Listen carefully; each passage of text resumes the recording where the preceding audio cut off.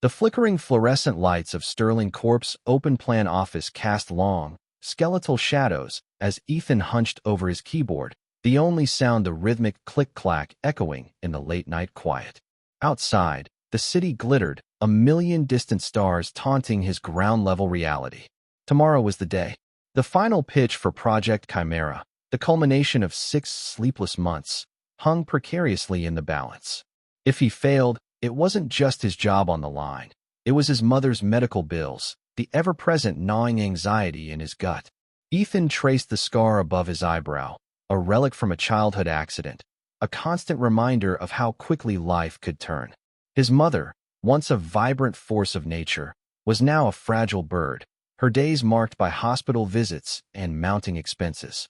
He dropped out of his final year of university, traded lofty dreams for practical necessity, and clawed his way in his Sterling Corp, a gleaming monument to corporate ambition. He wasn't the polished, Ivy League type who glided through the ranks. He was the scrappy, self-taught coder who saw problems in elegant lines of code and solved them with relentless dedication. Project Chimera was his brainchild, a revolutionary AI-driven data analytics platform that promised to streamline Sterling's operations by a staggering 30%. It was daring, ambitious, and had earned him the grudging respect of his immediate team, but also the sharp, dismissive glances from the upper echelons.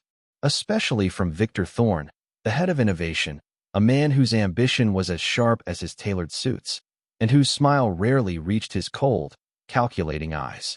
Thorne had always seen Ethan as an inconveniently talented underdog, a threat to his carefully cultivated narrative of being the company's sole visionary. Just last week, during a review meeting, Thorne had subtly but consistently undermined Ethan's presentations, questioning his methodology, subtly implying technical flaws that didn't exist. He'd even gone as far as to suggest a few minor adjustments to Chimera's core algorithm, adjustments that Ethan knew, deep in his gut, would cripple its efficiency. He'd resisted, politely but firmly, citing performance data. Thorne's thin-lipped smile hadn't wavered, but the chill in his gaze had intensified.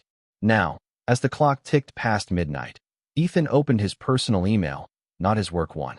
A new message from an unknown sender. The subject line was simply, a word of caution. His heart hammered. He almost deleted it, thinking it spam, but something urged him to open it. The email was brief, anonymous, and chilling.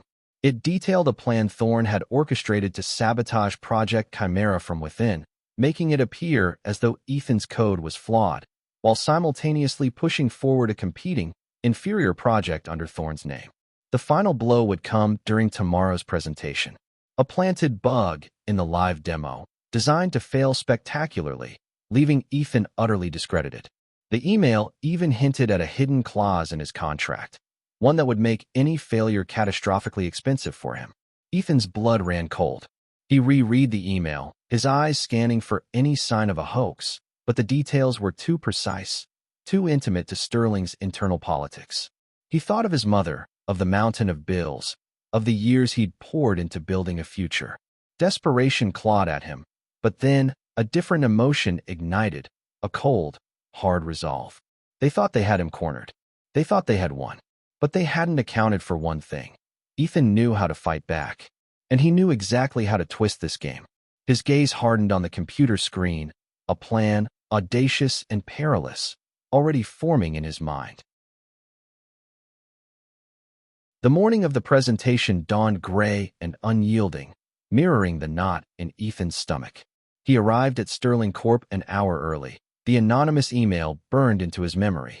He had spent the remaining hours of the night not in futile panic, but in meticulous preparation, crafting his own counter-strategy.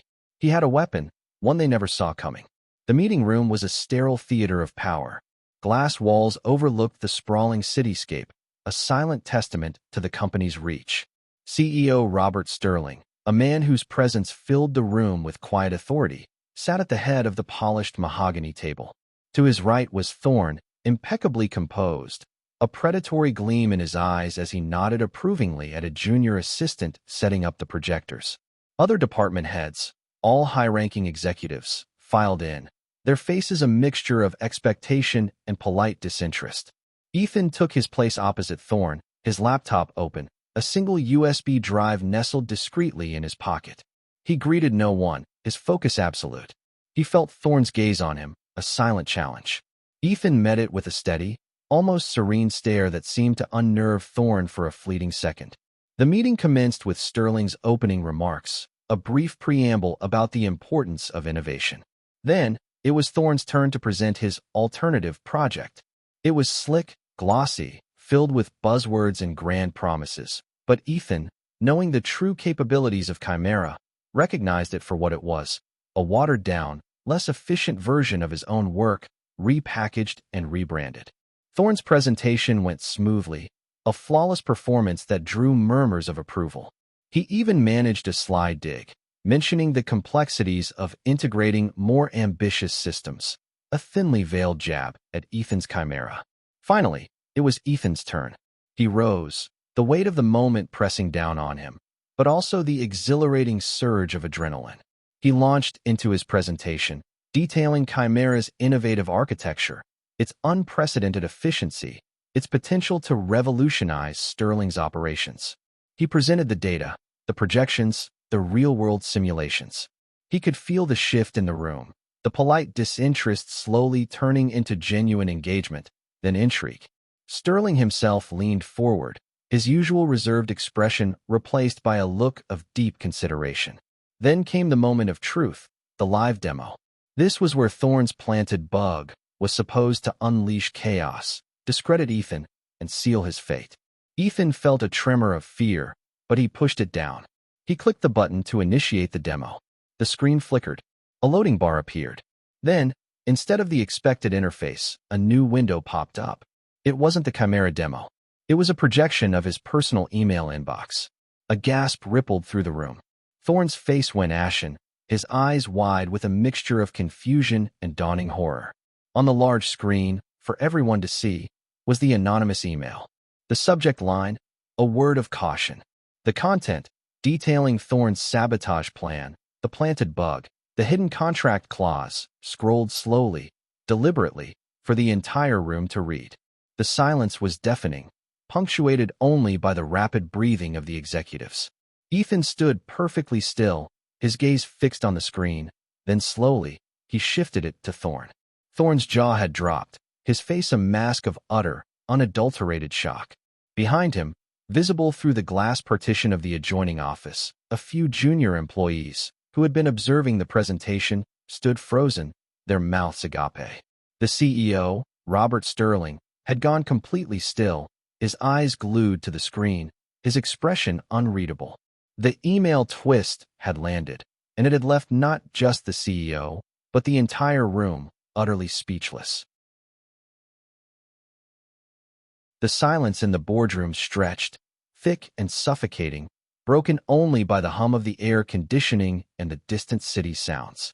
Robert Sterling, the CEO, finally stirred, his gaze slowly lifting from the damning email on the screen to Victor Thorne.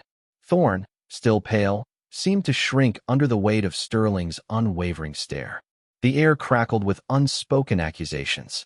The other executives shifted uncomfortably, their shocked expressions turning to a mixture of anger and disappointment directed squarely at Thorne.